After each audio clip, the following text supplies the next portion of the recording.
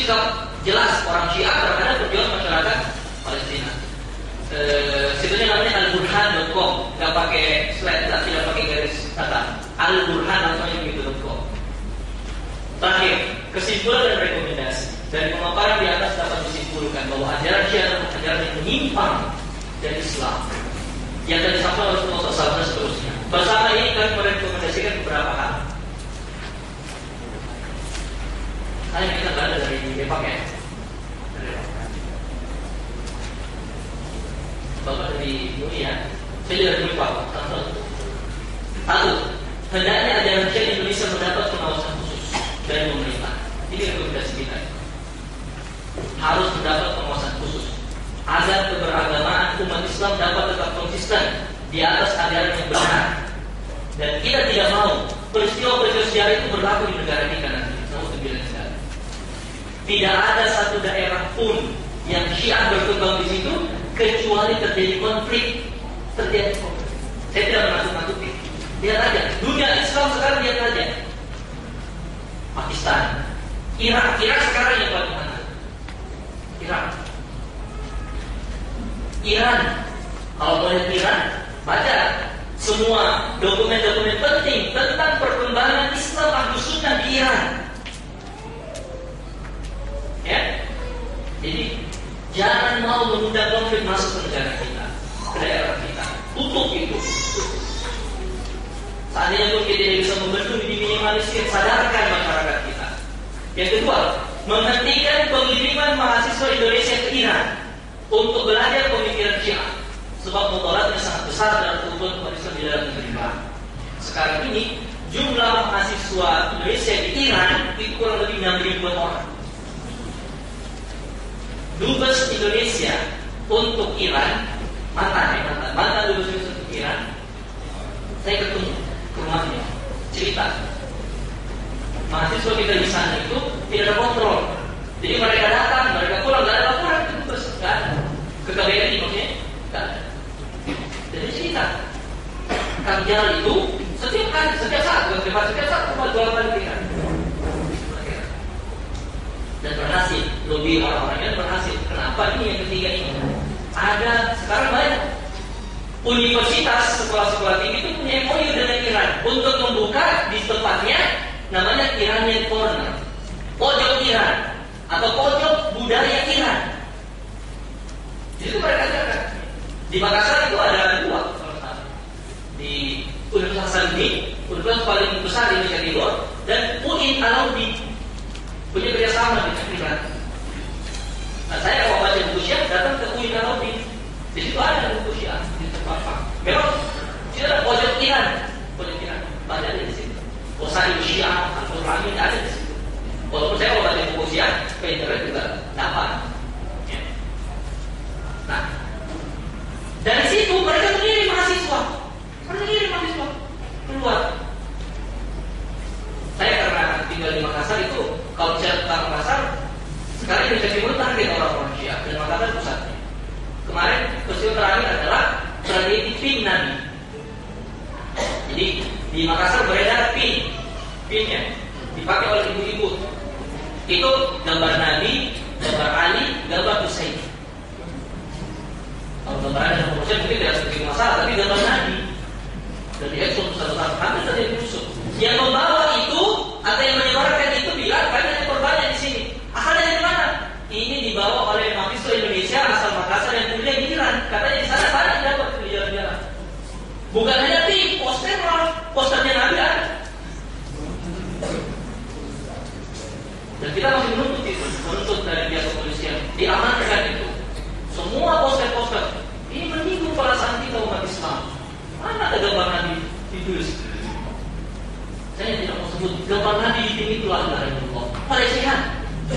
Mereka menganggap itu penghormatan, tapi itu pelecehan. Pelecehan betul. Saya lihat gambar di sini. Dan mereka bilang di kajian-kajian orang-orang Ijabi itu sudah biasa. Karena mereka itu sebenarnya jualnya di situ di kajian-kajian Ijabi itu. Tapi akhirnya bocor juga sampai ke majelis salim. Akhirnya salah seorang ustaz itu ceramah di majelis salim, kelihatan pin itu diambil, dibawa ke polisi, udah dilaporin. Sekarang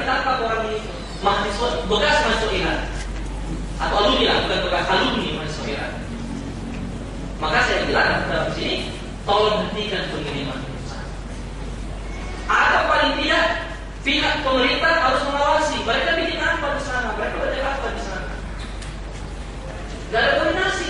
Jadi pihak Universitas di Teheran itu datang ambil mahasiswa. Universitas ini di sini datang ambil mahasiswa. Ke sana nggak ada koordinasi, nggak ada pencatatan di kedutaan. Siapa yang datang di sini nggak ada. Pulang juga begitu. Sampai di sini baru rusak. Ketiga, mengawasi studi-studi tentang kebudayaan Iran di institusi pendidikan yang telah menjalin MOU tadi.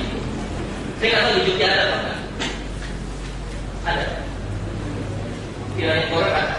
Di oke. Waduh, nanti kita tanya sama Pak Prof. Kira korek di UNY ya? Ada. Pertemuan dia. Sekarang mereka memang gimana? Di UNY ya? Ada. Di UNY juga ada. Sekarang mereka ikut menjaga dengan Unismu di Makassar. Pertemuan dia juga. Dan sekarang kalau kalian sekalian, Abdul Rahman itu sudah profesor, ya, profesor di bidang komunikasi, ya kan, sebetulnya di Amerika. Itu sekarang ngambil doktoral S3 di UNI Alumni tentang hadis. Kemarin teman-teman saya disertasinya tentang sahabat. Dan saya pernah seminar dengan Abdul Rahman dalam satu forum tentang sahabat juga di Makassar, di UI Alumni Makassar. Dan saya bersama itu 3 orang, jadi saya, Abdul Rahman, saya dan 1 orang dokter sekarang di Departemen Agama Pusat, di Kementerian Agama. Itu kalau di sini suka sini, Dr. Zain namanya, Zain Abdullah, orang di sudah orang Makassar. Judul disertasinya itu dekonstruksi sakralisasi sahabat. Di sini disuka. Jadi mereka menganggap bahwa kita ini menyebut para sahabat itu seperti itu seakan-akan kita mensakralkan. Ini disebut itu disertasi doktoral. Dekonstruksi sakralisasi sahabat. Jadi disebut di situ. Dia sebut pada waktu seminar itu riwayat-riwayat yang saya yakin tidak benar. Pelecehan, minta ampun terhadap para sahabat. Jadi jangan main-main, kelompok ini jalan terus. Hanya saya bilang sudah, ini kita bersama-sama, kita awasi, kita perhatikan, ya. Dan kita punya perangkat-perangkat.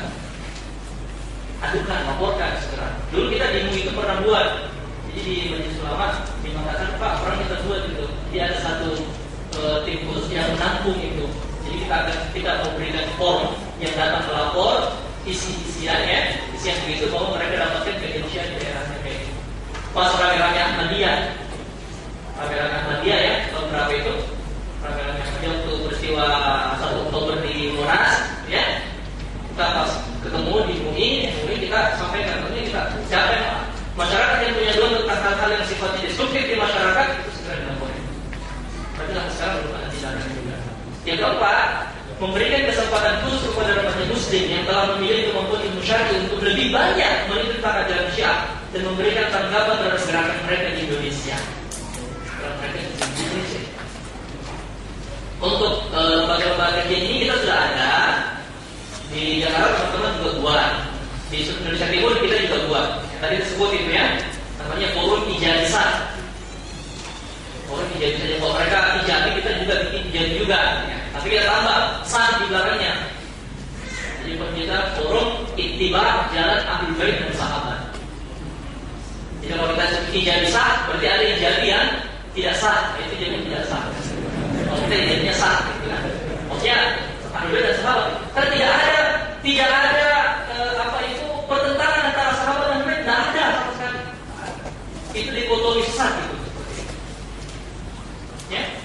Dan yang terakhir, yang saya berbahagia, yang berbahagia, ini panjangan jadinya, walaupun tidak semua kita bahas tadi, ini rekomendasi terakhir. Mohon perhatikan. Jangan beri kesempatan bagi Anda yang punya